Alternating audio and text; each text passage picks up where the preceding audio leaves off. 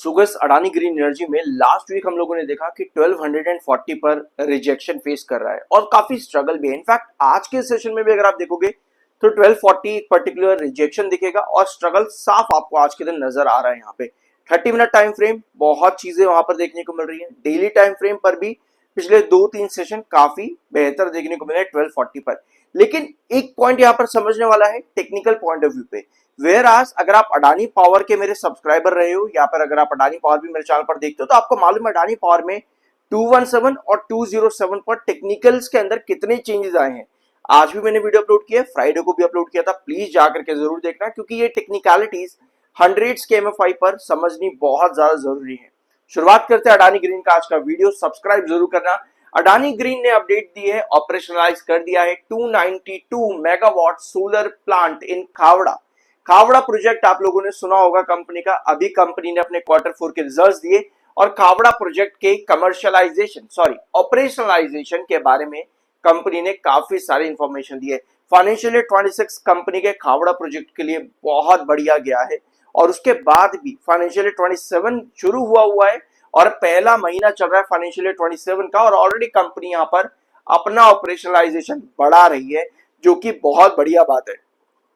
अब financial year 27 को ही देखते हुए, जो कि पहले महीने के अंदर अभी यहाँ पर है, अडानी ग्रीन ने एक बड़ा स्टेटमेंट और दे दिया है। अडानी ग्रीन इन्वेस्ट कर सकता है 42,000 करोड़ फाइनेंशियल ईयर 27 में।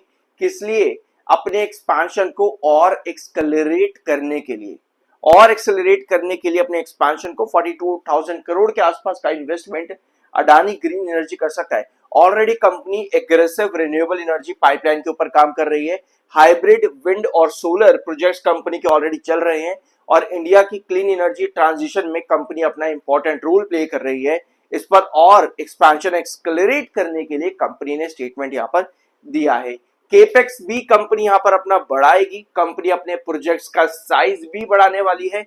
Long term power purchase agreements already company के पास काफी सारे हैं और उसको भी कंपनी एक्सपैंड करने की सोच रही है। और पिछले साल यानी कि पिछले फाइनेंशियल ईयर में कंपनी ने जो पुश दिया है उसका reflection in a positive revenues company के केपेक्स पर और फाइनेंशियल ईयर 27 में देखने को मिल सकता है। अगर आप चाहो तो ये दो पैराज रीड कर सकते हो, बाकी मैंने आपको यहाँ पर क्लियर कर दिया है कि क्या क्या कंपनी ने यहाँ पर अपडेट दी है। आईसीआईसीआई सिक्योरिटीज ने अपने टारगेट्स अडानी ग्रीन में बढ़ाए हैं Q4 के रिजल्ट्स को देखते हुए। इन्होंने बताया है कि कंपनी का रिकॉर्ड डेवलपमेंट देखने को मिला है, तो ऐसे में और पोटेंशियल है अपसाइड का। ऑल्दो ये वेबसाइट जो है क्लोज्ड है, मैं जैसे ही मेरे पास ये वेबसाइट का बाकी का डाटा आता है मैं आप लोगों के साथ जरूर शेयर करूंगा कि क्या टारगेट रखा है। बट अभी के लिए इन्होंने स्टेटमेंट पॉजिटिव दिया है और टारगेट बढ़ाया है आईसीआईसीआई सिक्योरिटीज ने। पहले आईसीआईसीआई सिक्योरिटीज का 1230 का टारगेट था। अब इन्होंने जो भी इंक्रीज किया है अगले वीडियोस के अंदर मैं आप लोगों के साथ जरूर शेयर करूंगा। ठीक है, ये रहा 1240 जो लास्ट सेशंस के अंदर आपका एक पर्टिकुलर रिजेक्शन देखने को मिल रहा था। आज भी 30 मिनट टाइम फ्रेम पर स्ट्रगल कर रहा है 1240 पर। तो अभी आते हैं चार्ट पर और देखते हैं क्या सिचुएशन इस समय की देखने को मिल रही है। ये है आपका आज के दिन 30 मिनट टाइम फ्रेम का चार्ट अडानी ग्रीन एनर्जी में और 1240 देखो आज क्रॉस जरूर किया है लेकिन 1250 के आसपास का ब्रेकआउट दिया 1240 के ऊपर।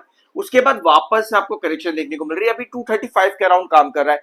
अच्छी चीजें क्या है यहाँ पर? अच्छी चीज ये है कि 7 EMA जो आप यहाँ पर देख रहे हो ग्रीन लाइन 21 EMA के ऊपर काम कर रही है, जो कि टेक्निकल पॉइंट ऑफ व्यू से बढ़िया चीज है। इनफैक्ट अगर आप 7 EMA देखोगे तो 235 के पास में है। 240 का हमारा रिजेक्शन है। 1240 ये हमारा पर्टिकुलर रिजेक्शन है।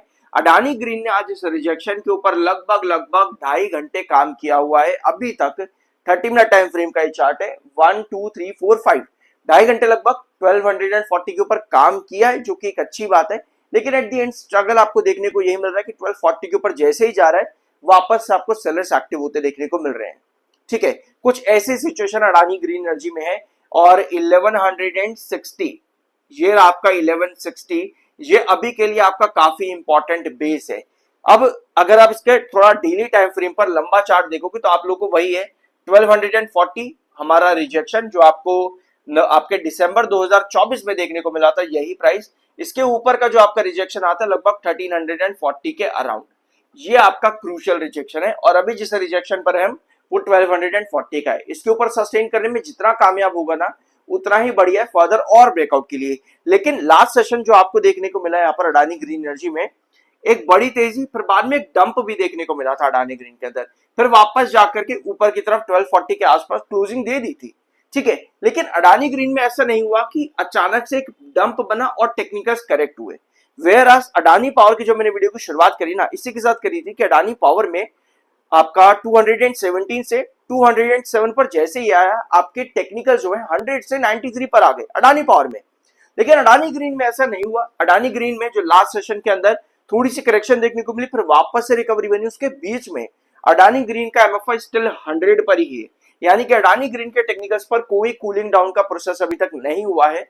83 का आपका आरएसआई है। दोनों टेक्निकल्स बेरिश हैं जो कि अभी भी कहीं ना कहीं इंडिकेट करते हैं कि प्रॉफिट बुकिंग देखने को मिल सकती है, ठीक है। हमें इन टेक्निकल्स का कूलिंग डाउन होना बहुत ज्यादा जरूरी है और वो दो तरीके से होता है, या तो थोड़ी सी करेक्शन आकर के ये टेक्निकल्स नीचे हो जाए जैसे अडानी पावर में हुआ, या फिर साइडवेज के अंदर कंसोलिडेट कर दे।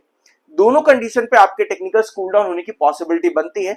और जो ब्रेकआउट एक लंबे समय के बाद अडानी ग्रीन ने दिया है 1160 के ऊपर, उसके और ब्रेकआउट्स बनने के चांसेस बन जाते हैं, क्योंकि अडानी ग्रीन एनर्जी ने क्या किया था 2025 सितंबर में भी अडानी ग्रीन एनर्जी ने 1160 के ऊपर ब्रेकआउट देने की कोशिश करी थी, सितंबर में भी और अक्टूबर में भी, लेकिन दोनों बार आपको डंप देखने को मिला। अब ये जो ब्रेकआउट आया है ये बहुत लंबे टाइम के बाद आया है, तो इन्वेस्टर्स उम्मीद करते हैं कि ये ब्रेकआउट और बड़ा चले।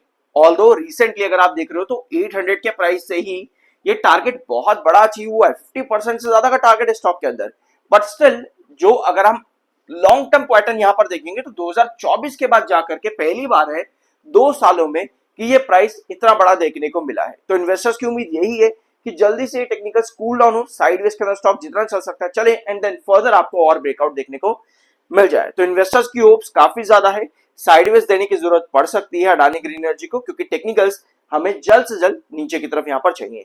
और प्रॉफिट बुकिंग आप लोगों को देखने को मिल रही है, 5,62,000 सेलर है, 2,73,000 बायर है, तो लगभग 1:2 का रेशियो, यानी कि एक बार पर 2 सेलर देखने को मिल रहे हैं। लास्ट वीक कंपनी ने अपने Q4 के रिजल्ट्स अनाउंस करे और रिजल्ट्स में कंपनी का रेवेन्यू ग्रोथ 13.96% पर था, जो कि दिसंबर के कंपैरिजन में बहुत बढ़िया। हमने रिजल्ट्स भी डिस्कस करे थे जहां पर कंपनी का क्वार्टर ऑन क्वार्टर और year on year basis of course company ने नया बेंचमार्क क्रिएट करा है। ऑल्दो 3800 कंपनी का बड़ा बेंचमार्क है, लेकिन पिछले कुछ क्वार्टर जो कंपनी के वीक चल रहे थे ना यहाँ पर 3800 करोड़ के बाद में, उसके बावजूद भी कंपनी ने एक नया नंबर दिया है, क्योंकि ये नंबर डिक्लाइन जा रहे थे। लेकिन मार्च का क्वार्टर कंपनी का इन कंपैरिजन में दिसंबर बढ़िया आता है, तो कंपनी ने उसको वापस से कंटिन्यू करा है, जिसकी वजह से कंपनी का जो Q4 है वो बहुत बढ़िया देखने को मिला। ऑल्दो टेक्निकल ज्यादा होने की वजह से आपको वो ब्रेकआउट या उसका इंपैक्ट देखने को नहीं मिल रहा है Q4 के रिजल्ट्स का ऑन चार्ट पैटर्न। 56% का कंपनी का प्रॉफिट ग्रोथ देखने को यहाँ पर मिल गया Q4 के अंदर। ऑल्दो अगर आप फाइनेंशियल ईयर बेसिस पर देखोगे तो कंपनी का ग्रोथ जो है वो गिरा है, बट स्टिल कंपनी ने एक नया बेंचमार्क दिया अपने रेवेन्यूज में मार्च 2026 के डाटा के अकॉर्डिंग। 12,928 करोड़ का रेवेन्यू, 15% का ग्रोथ, जो कि मार्च 25 में 21% का था। वेयर आज प्रॉफिट ग्रोथ में कंपनी 9% देखने को मिली, जो कि मार्च 25 में 32% का था। आई बिलीव कि quarter on quarter basis company ने रिजल्ट्स बहुत बढ़िया दिया है, इसका लॉन्ग टर्म इंपैक्ट जरूर देखने को मिलना चाहिए। अपार्ट फ्रॉम दिस अभी शॉर्ट टर्म के अंदर टेक्निकल्स बहुत ज्यादा आए हैं, मैं फिर ये चीज रिपीट कर रहा हूं क्योंकि है वो चीज यहाँ पे। तो प्रॉफिट बुकिंग आपको देखने को यहाँ पर मिल रही है 1240 के पास में। कूलिंग डाउन प्रोसेस बहुत ज्यादा इंपॉर्टेंट है, जितना रहेगा उतना ही इन्वेस्टर्स लॉन्ग टर्म के लिए बढ़िया रहेगा। होप इस वीडियो में कुछ नया जानने को मिला हो, सब्सक्राइब जरूर करना। मिलता अगले वीडियो।